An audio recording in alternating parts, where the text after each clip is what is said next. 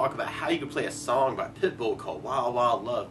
And it starts out with this really cool intro chorus where we start on a G major chord. We play G major. First finger goes to A on the 2nd fret, second finger on the low E third, and third finger on the high E third. And if you strum all those together, that sounds a G major chord, and it sounds really happy. Now you may also want to think about putting the third finger on the B string third, pinky on the high E third, kind of working that for your G major. And then from the G we go to a D major. We play D major. First finger goes to the G string on the 2nd fret, second finger on the high E 2nd fret, and third finger on the B string 3rd fret. And if you strum the D string to the high E string, that sounds a D major chord. It sounds really happy. Now you may also want to lift off the 2nd finger and make that a D suspended 2nd, or add in the pinky on the high E 3rd and kind of say some things around D's while you're on D's in general. And then from the D we go back to G, and then we do another D major, but then we go to an A major chord. And then we play A major. First finger goes to the D 2nd, second finger on the G 2nd, third finger on the B string 2nd fret, big party on the 2nd fret. That sounds an A major and it sounds really happy.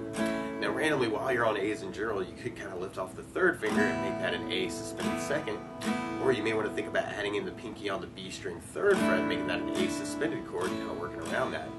Or if you're just starting out, and actually another A that might be kind of cool through the song is an A7 sus, where you do first finger on the D 2nd, second finger on the G 2nd, third finger on the B 3rd, pinky on the high E 3rd, and kind of working that for your A major. And that way you could actually kind of keep that 3rd and 4th fingers in the same place for that chord change.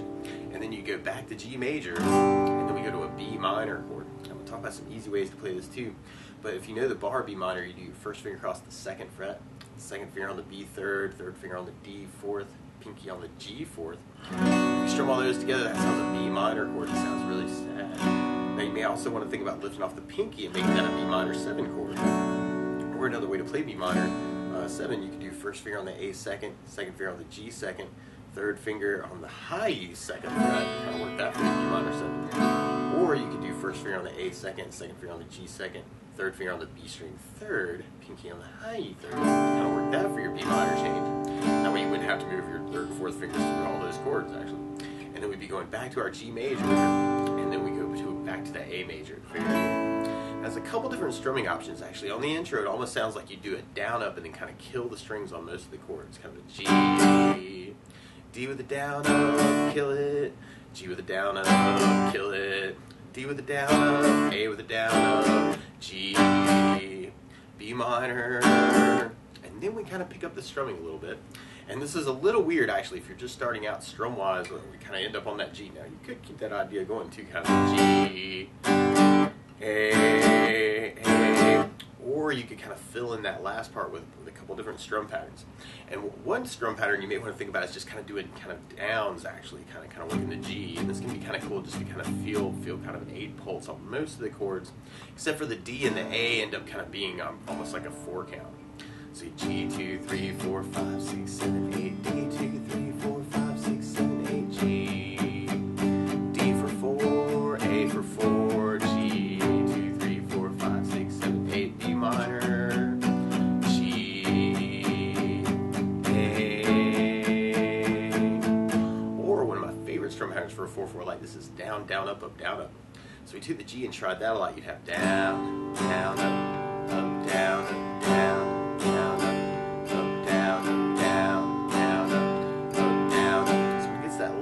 You may want to use that, kind of that G, down, up, down, up, A, down, up, down, up. Or what it sounds like in the recording is kind of a down, down, up, down, up. So you can kind of use that pattern too, kind of a down, down, up, down, down, down, up, down, down, down, up, down, down, down, up, down, up. And through the tune, actually, it's a little weird. You may want to try doing almost like times 2. This is kind of weird. Like for instance, we could take that strum pattern and work it through our chorus part and kind of half the D and A, and actually you could do that with kind of a down, down, up on each of those chords.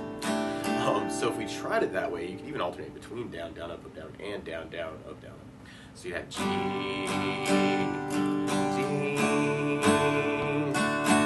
D with the down, down, up, A with the down, down, up, G, down, down, up, down, up, B minor.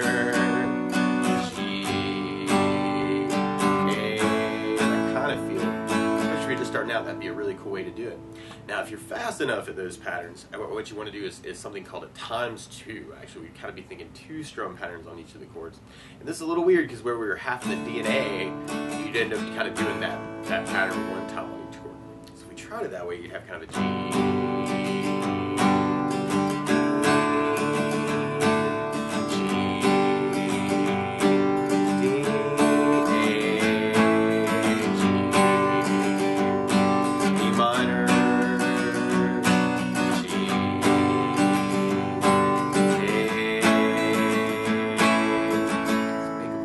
On how fast you are in that pattern. And then we'll basically be repeating that for our chorus and then going into our verse part. And on our verse, we start on the D major. And it's a little weird, actually. There's a couple different strums through this part too. But you could kind of work just that D major chord. And then we'll kind of hear the bass change to an A. Randomly, you could probably stay on D through the verse, actually. But then you'll kind of hear the bass go back to D twice. And then we do a B minor. And then we go to an A. And then we do 3 times at the end, and on that last drum pattern through, actually, you may want to kind of take the D and then kind of kill the strings. So all the way through the verse, you have kind of that D,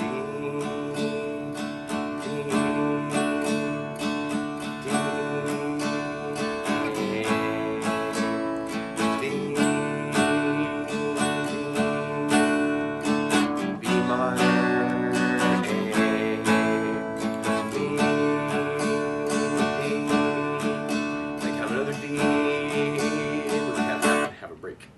Now, randomly, another strum pattern that could be kind of cool, especially to contrast that, would be something called a 16th note strum pattern. And what I mean by that is if you're tapping your foot of the beat, right now we're dividing that beat into 2 parts with our down, down, up, up, down, up. 1, 2, 1, 2, and that's called an 8th note. What a 16th note is where you divide that into 4 parts. 1, 2, 3, 4, 1, 2, 3, 4. And one of my favorite 16th note strum patterns is a long down, down, down, up, down, down, up, down. What I mean by that is if you take the D and do it down for 4, 1, 2, 3, 4, 1, 2, 3, 4, 1, 2, 3, 4, that's what you'd be doing on the first beat. Then on the second beat, you do it down on 1, down on 3, up on 4. So you're going 1, 2, 3, 4, down, down, up, down, down, up, down, down. And then on the third beat, you'd be doing up on 2, down on 3. So 1, 2, 3, 4, 1, up, down, 1, up, down, 1, up, down. And then on the last beat, you'd be going down, up, right along with the 1, 2, 3, 4. So down, up, down, up, down.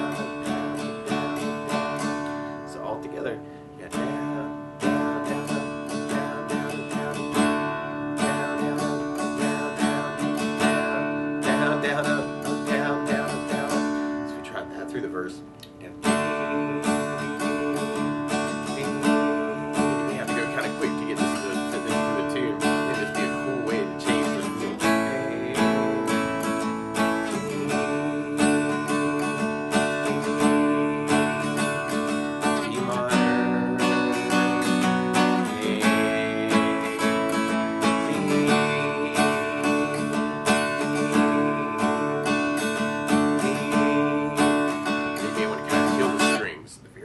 For that break. And then from there, we go into our pre-chorus, which is a lot like our verse, actually. You could kind of work that a lot of different ways. You can do the down, down, up, down, up, or the 16th.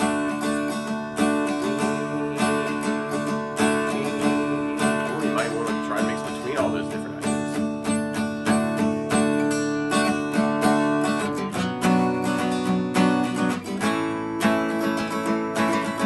be kind of cool. Kind of find a way that works for you and then run with it. And then from there, we'd be going back into our chorus part. Now, one other thing I think about adding to the song, though, is bass notes. And a lot of times on that first down of the down, down, up, down, up, you can throw in a bass note for the chord. So on G, you'd have a low E for the bass. On the D, you'd have the D for the bass. On the A, you'd have the A for the bass. And on the B minor, you'd have the A for the bass. So we tried that chorus. We could work it as just kind of a bass down, up, down, up idea. Kind of G, D,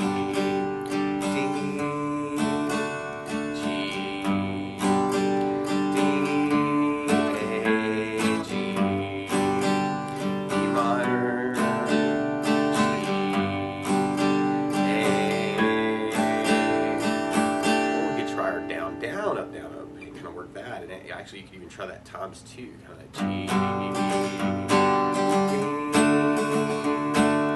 bass down, down, up, G, D minor, G,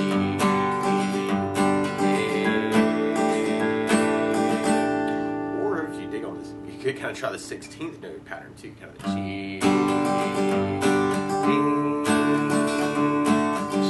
and then you do bass down, down, up, kind of working that. This is actually kind of cool because you can add basses in different places with the 16th. So you could work it as kind of a bass, down, down, up, down, down, up, down, or bass, bass, down, down, up, down, down, up, down, or bass, bass, down, down, up, bass, down, up, down. And when you get at the DA halving, you could do it as a bass, down, down, up, and kind of split that pattern. Or you could take the whole pattern and split it, kind of a D with a bass, down, down, up, and then the A for the up, bass, down, up, down. This is a little weird, but very cool. You have that G,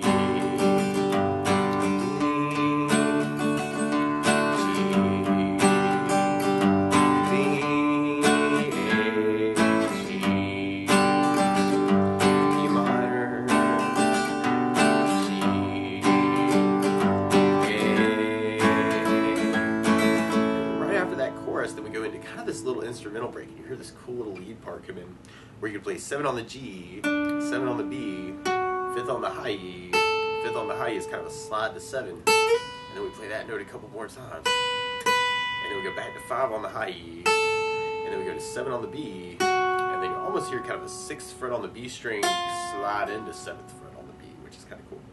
So you got 7, 7, 5, 5, 7, 7, 7, 5, and then 7, 6, 7. And you kind of back up that little break with kind of a G major chord and a D major, which you can do any of those ways, actually kind of a G, even at times 2. Kind of digging on that. And then from there, we'll be going back into our verse part. And you can take any of these ways, though, and kind of mix them up. So you have that D with the bass.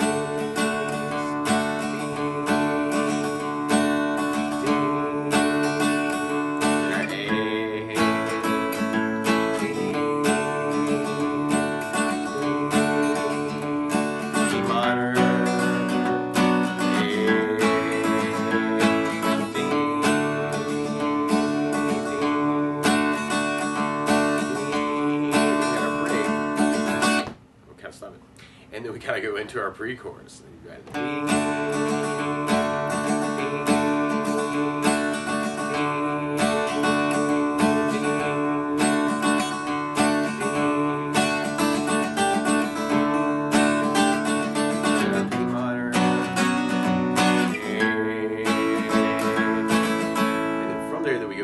Outro chorus. So we're kind of G.